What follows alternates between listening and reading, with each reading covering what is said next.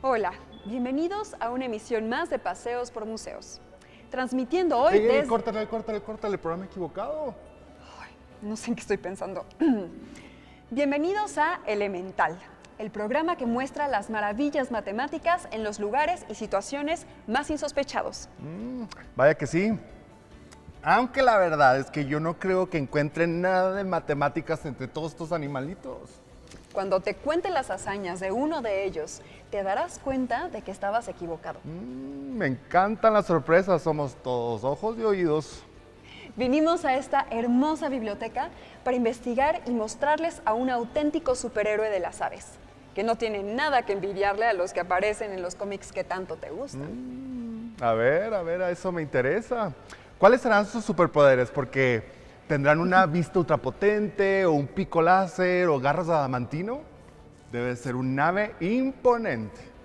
Elemental, mi comiquero amigo, es imponente, pero no por nada de lo que piensas, ni tampoco por su apariencia. Les presento al único, al inigualable Vencejo. Este pequeñín, nunca me lo hubiera imaginado. Cuéntame, ¿qué lo hace tan especial? Pues este pajarito tiene el récord de vuelo más largo del reino animal, nada menos que 10 meses. Y aunque hay otras aves que hacen largos vuelos como el albatros, ninguna se le compara, pues con excepción de la puesta de huevos, el vencejo hace prácticamente todas sus funciones vitales mientras vuela: alimentarse, dormir y hasta parearse. Ay, me hubiera gustado enseñártelo en su medio natural, el aire, pero no se le encuentra por aquí. Vive en Europa y Asia, desde donde migra a África. Conozco a alguien que nos puede contar más sobre esta sorprendente ave y la importancia de las matemáticas para su estudio y conocimiento. Acompáñenos. Hola, estamos en Jóvenes en TV y estamos con la divulgadora de ciencia experta en bienestar animal y ecología, Andrea Ugarte Vázquez. Andrea, ¿cómo estás? Bienvenida. Hola, ¿qué tal? Muchas gracias. Es un gusto poder compartir con todos ustedes. Claro que sí, gracias a ti. ¿Alguna vez has visto volar a un vencejo? No he tenido la fortuna de ver algún ejemplar. Cuando tenga la oportunidad de viajar tal vez a Europa o África, seguro será una experiencia muy bonita observarlo. Claro, específicamente dónde crees que te podrías encontrar alguno? Muy probablemente en África. En África. Muy bien. ¿Cómo piensas que este animal puede volar por 10 meses consecutivos sin pisar tierra? Bueno, en general los vencejos pues están adaptados para la vida aérea. La razón a lo que lo atribuyen los zoólogos es que, bueno, comen y duermen mientras vuelan. Este es un dato muy interesante porque, bueno, únicamente nidifican al tocar tierra y esto varía. Por ejemplo, el vencejo común puede volar más tiempo que el vencejo pálido por los tiempos de cría. Y bueno, ya que los vencejos pálidos pues tienen 2 puestas por temporada, mientras que el común solamente una, es por eso que puede batir este récord. Y bueno, ¿cómo es posible? Anders Henderström, que es un profesor del Departamento de Biología de la Universidad de Lund en Suecia, pues ha señalado que comen insectos mientras vuelan y cuando alcanzan una gran altitud y planean, pues duermen durante cortos periodos. Entonces, pues esto les permite como ahorrar energía y de esta forma pueden volar por tanto tiempo. O sea que aparte de condiciones alimenticias que quizá los vencejos deben de tener, me imagino que debe de haber como condiciones climáticas para que ellos puedan seguir su vuelo ininterrumpidamente. Bueno, sí, hay muchas variaciones climáticas obviamente durante su viaje, pero lo que ellos tienen como ventaja es que se mueven rápidamente, es decir, antes de que sus frentes meteorológicos, como son lluvias, zonas de baja presión, puedan interferir, ¿no?, en su vuelo. Por ejemplo, empiezan cuando el frente frío está a 500 o 600 kilómetros de distancia más o menos y van formando bandadas que primero se mueven hacia la parte baja y cálida. Es ahí donde todavía encuentran suficiente alimento y aún cuando hay lluvia, pues ellos bajan por alimento y entonces siguen su vuelo. Perfecto, qué interesante. Y en cuestiones de reproducción, por ejemplo, ¿cómo es que estos aves se reproducen? ¿Cómo anidan? ¿Dónde anidan? ¿Qué es siempre animal? Bueno, primero que nada el vencejo pues presenta un solo periodo de reproducción, el vencejo común. Solo presenta uno al año y siempre migra e hiberna al sur del Sahara en África. De hecho, no pasan más de 3 a 3 meses y medio en el área de cría y bueno, el resto del año está ocupado por la migración. Cabe destacar que, bueno, la dirección de la migración que predomina desde Europa Central es de sureste a sur. Las poblaciones de Europa se desplazan principalmente por la península ibérica y el noreste de África y se reproducen debajo de una teja, por ejemplo, en algún agujero o alguna pequeña cueva. Entonces, bueno, esto es un dato interesante. Bueno, Siempre Animal es un proyecto de divulgación científica enfocado en bienestar animal. Precisamente nos gusta dar este tipo de datos. Bienestar animal, medicina veterinaria, ecología, biogeografía. Y bueno, nos hemos adaptado como medio de comunicación. Qué padre y qué interesante proyecto Siempre Animal. Y me imagino que trabajando en Siempre Animal y en tus cuestiones de divulgación científica, de bienestar animal, de ecología, me imagino que hasta cierto punto las matemáticas están por ahí, se están utilizando, están implementando matemáticas dentro de su trabajo. Platícanos un poco de esto. Bueno, por ahora, más que nada son con estadísticas y porcentajes. Es muy importante tener esto, sobre todo para crear bases de datos e información para las publicaciones, interacción con el público que nos sigue. Y bueno, el estudio también de la bioestadística es muy importante. ¿Por qué? Porque desarrolla y aplica métodos estadísticos para el análisis, interpretación de datos, de información sobre alguna investigación. Entonces, siempre la estadística y los porcentajes, por ejemplo, son temas muy, muy importantes cuando quieres divulgar y dar datos exactos de algún tema. O sea que básicamente con lo que me estás diciendo a todos los chavos que nos están viendo de bachillerato, ¿cuáles serían como las materias que les recomendarías poner especial atención si se quieren dedicar a esto? Sería estadística, ¿no? Para hacer como todos los análisis estadísticos, pero también decías porcentajes, quizá algo de aritmética, álgebra. ¿Qué materias tú les recomendarías? Por supuesto, mira, en la biología efectivamente y ciencias que de ella emanan también se necesitan matemáticas para cuestiones metodológicas, porque bueno, posee diversas ramas que requieren técnicas que necesitan describir, explicar o predecir incluso fenómenos de naturaleza biológica. Muchas personas pues piensan erróneamente, ¿verdad? Cuando estamos en la prepa y eso que en biología si nos vamos por esas áreas no vamos a tener matemáticas. Y bueno, hay que considerar que todas las ciencias exactas pues las llevan en cierto grado. En el caso de biología, pues se requieren, por ejemplo, dependiendo de la complejidad, ecuaciones diferenciales ordinarias, por ejemplo, para modelos clásicos de crecimiento poblacional, por ejemplo, de Lotka-Volterra, que son un par de ecuaciones diferenciales de primer orden no lineales, y estas, por ejemplo, se usan para describir dinámicas de sistemas biológicos, por ejemplo, en la que dos especies interactúan. De hecho, pues son también llamadas ecuaciones predador-presa o presa-predador. También, por ejemplo, las ecuaciones diferenciales parciales, que pues ya sirven como para modelos de dispersión, de redistribución de poblaciones, es decir, modelos espacialmente explícitos, ¿no? Y también tenemos los mapas logísticos, ecuaciones logísticas, que pueden ser ecuaciones no lineales, se utilizan mucho, por ejemplo, en ecología de insectos y en general animales y plantas, y esto representa una fracción, por ejemplo, de individuos en un territorio y su relación o tasa combinada entre reproducción, mortalidad, etcétera. Entonces, es muy importante la estadística y estos temas para poder dar información certera e investigar. Claro, y qué interesante lo que dices, porque muchos jóvenes quizá dicen, por sacarle a las matemáticas me voy a poner a estudiar biología, cuando realmente estudiar en bachillerato físico-matemático sería como una gran opción, ¿no? Por supuesto, ¿no? Y también en medicina, etcétera. ¿Cuál ha sido el reto de matemáticas, donde se hayan utilizado matemáticas, más como peculiar o interesante al que te hayas afrontado en tu trabajo?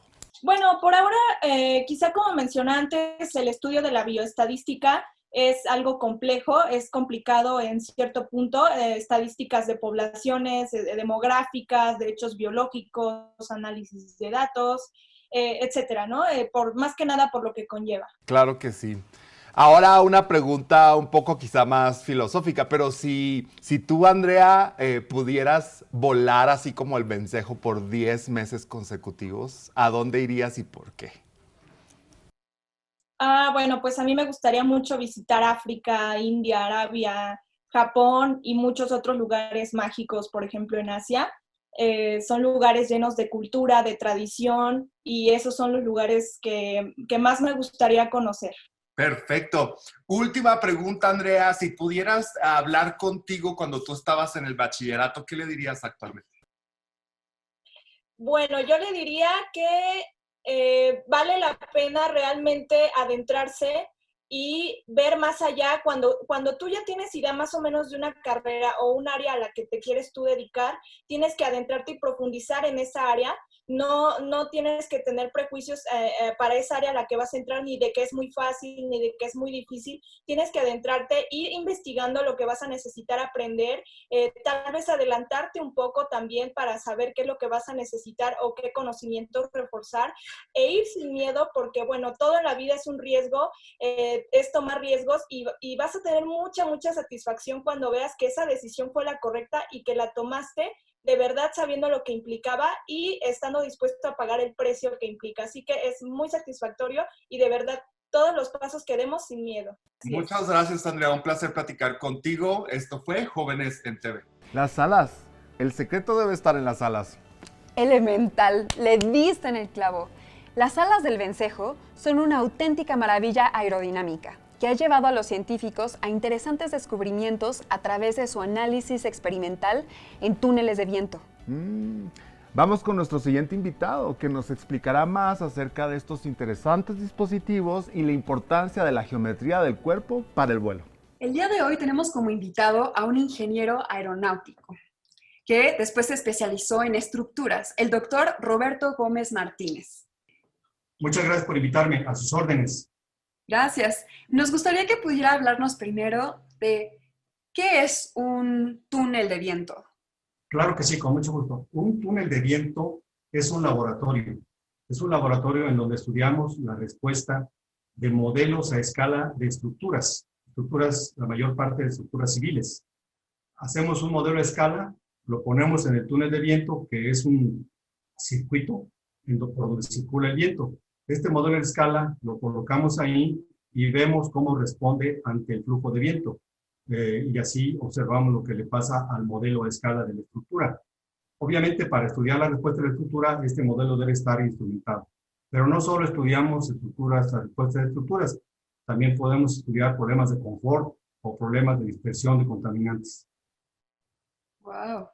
¿Podría decirse que es como una prueba de calidad aeronáutica? No. Más bien, no tanto aeronáutica, yo usaría la palabra aerodinámica.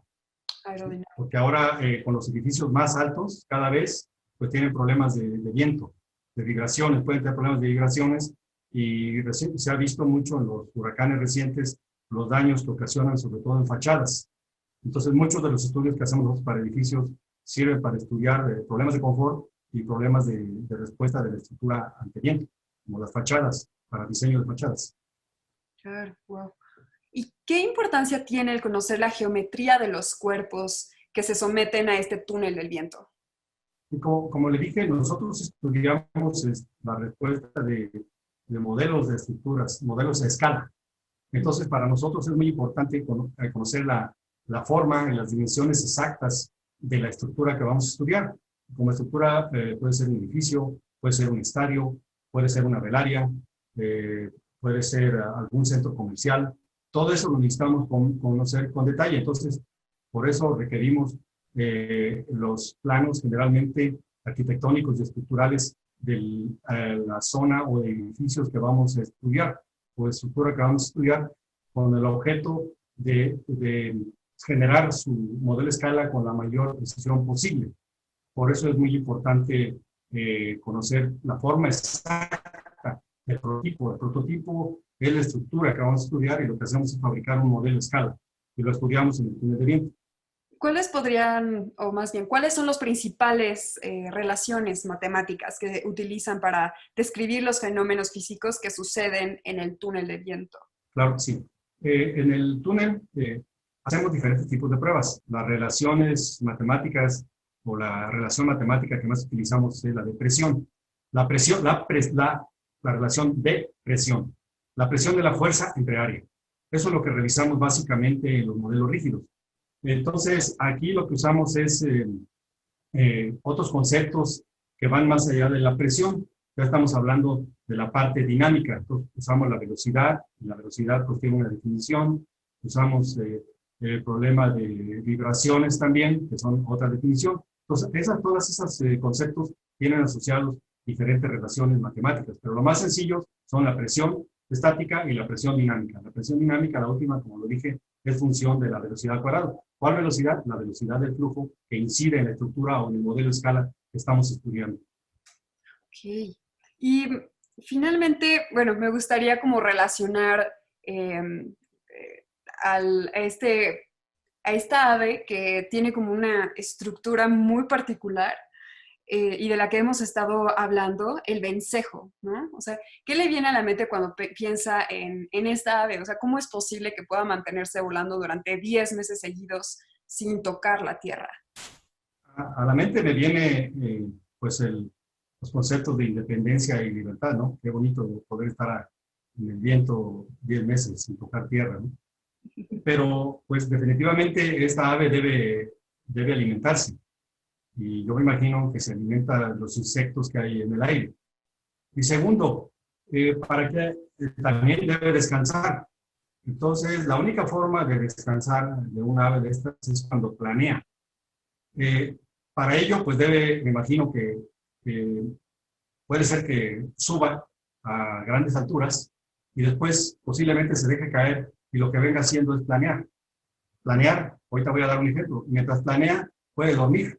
Entonces ahí descansa, despierta y puede volver a aletear. Entonces se está impulsando. Y cuando aletea puede volver a subir a otras grandes alturas y de ahí dejarse caer, planear y venir, ahora sí, como su nombre lo dice, planeando, ¿no? Simplemente a lo mejor abre sus alas y viene planeando.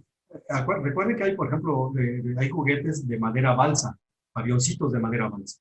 Esos avioncitos usted los avienta y vuelan un rato, pero si encuentran alguna corriente de aire o los ponen en un ventilador, estos avioncitos siguen volando sin necesidad de alimentarse de algo, ¿no? Y entonces vuelan, ¿por qué? Porque primero tienen sus alas, segundo tienen un impulso. Entonces el vencejo pues es igual, tiene sus alas para impulsarse y después sus alas le permiten planear. Y esa le permite planear, ¿por qué? Porque sus alas de alguna manera tienen alguna forma aerodinámica que les permite planear y no caer al suelo, ¿sí? Sí, y ¿nos podría decir, por ejemplo, en términos de eficiencia energética, cuál podría decir que es más eficiente? ¿Las alas del ave o las alas de un avión? Pues sí es complicado, pero yo le diría que posiblemente las alas del ave, ¿no? No están consumiendo. Las alas de un avión, para que un avión vuele necesita combustible. Y el ave, el vencejo, pues no requiere más que comer lo que encuentra en el aire. Pues bueno, le agradecemos mucho esta entrevista, doctor. De verdad, gracias por darse este espacio para platicar con nosotros. Y espero que no solamente hayan aclarado sus dudas, sino que tengan muchas más preguntas acerca de la aeronáutica, de la ingeniería aeronáutica. Y bueno, seguimos en este programa que es Jóvenes en TV. ¿De cuánto nos perderíamos si no contáramos con la ayuda de las matemáticas? Muchísimo.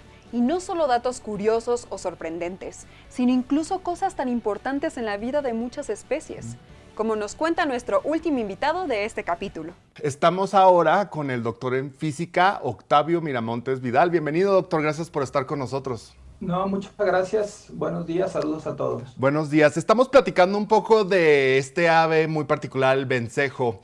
¿Qué características en cuestión de física nos podría decir que tiene de peculiar este ave? Bueno, esta es un ave muy, muy especial. Ya habrán escuchado algo de la biología. Particularmente lo que es interesante es que es un ave que puede mantener el vuelo durante mucho tiempo, meses inclusive. Entonces eso sí plantea toda una serie de retos a nivel digamos, de física en cuanto a la aerodinámica y a la eficiencia del vuelo y a las distancias que puede volar, ¿sí? De hecho, la física se ha interesado mucho en los últimos años sobre lo que llamaríamos la física del forrajeo de los animales, que es básicamente cómo estos se mueven. Entonces hay patrones matemáticos muy interesantes que comparte prácticamente todos los animales que se han estudiado, incluyendo al humano, los tiburones, incluso a nivel de bacterias o de cómo las células cancerosas, por ejemplo, en metástasis se desplazan por el cuerpo. Entonces es un área muy activa, de mucho interés para los físicos. Excelente. Y específicamente con el vencejo, ¿qué peculiaridades y qué condiciones físicas, ya sea, no sé, de ambientales o de alimentación o algún otro tipo de factores intervienen para que esta ave pueda mantener su vuelo por 10 meses consecutivos? Bueno, lo de 10 meses es algo así como el récord de que se ha medido. En realidad no lo hacen todos 10 meses. Sí llegan a hacer, digamos, llegan a aterrizar, sobre todo si las condiciones meteorológicas no son muy buenas, etcétera. Pero sí son definitivamente aves de travesía muy larga. Entonces, y eso es lo que las torna muy interesantes, porque no conocemos, a excepción, por ejemplo, de un avión experimental que fue hecho con materiales muy ligeros y con energía solar, que pudo mantener un vuelo prácticamente de circunnavegación a todo el planeta, pero aún así no se acerca a la eficiencia de un ave en términos de la energía que consume y la energía que digamos, gasta en volar. Entonces apenas se alimenta en vuelo de insectos y con eso es capaz de hacer esa proeza de esos viajes tan largos. Perfecto. Y usted que se dedica pues, a generar modelos matemáticos para medir los desplazamientos de aves, ¿qué se tendría que tomar en cuenta desde un laboratorio? ¿Ustedes qué toman en cuenta como condiciones iniciales para empezar a hacer todos estos modelos matemáticos? Bueno, los modelos matemáticos en realidad son bastante sencillos, pero sí requiere de los datos experimentales. Y eso, de hecho, yo decía que apenas hace poco que se han interesado, sobre todo los físicos, en este tipo de problemas, porque pues tenemos disposición ahora de tecnología para hacer rastreos, ¿sí? Los GPS que todo el mundo tiene en los teléfonos, pues ahora un pequeño chip se le pone a un ave y entonces se le puede seguir durante mucho tiempo el vuelo, cosa que no existía, pues no sé, hace 10 años atrás, no había esta tecnología, ahora la tenemos y entonces pues muchas incógnitas se van resolviendo. Esa tecnología es necesaria, contar con ella y después pues básicamente lo que se hace son análisis estadísticos de los tamaños de las trayectorias y para eso también hay métodos matemáticos que ya están bastante probados y bastante aceptados. Entonces, yo creo que lo más complicado es simplemente poder ponerle un chip de estos al animal que vamos a estudiar. ¿Y qué porcentaje de claridad en el procesamiento de datos podría decir que tienen? Es decir, si se les ponen los chips a estas aves para poder medir sus desplazamientos, ¿con qué tan nítido, qué tan limpia es la información que ustedes están recibiendo para que puedan hacer su investigación? Es muy interesante tu pregunta. De hecho, sí hay algo de ruido.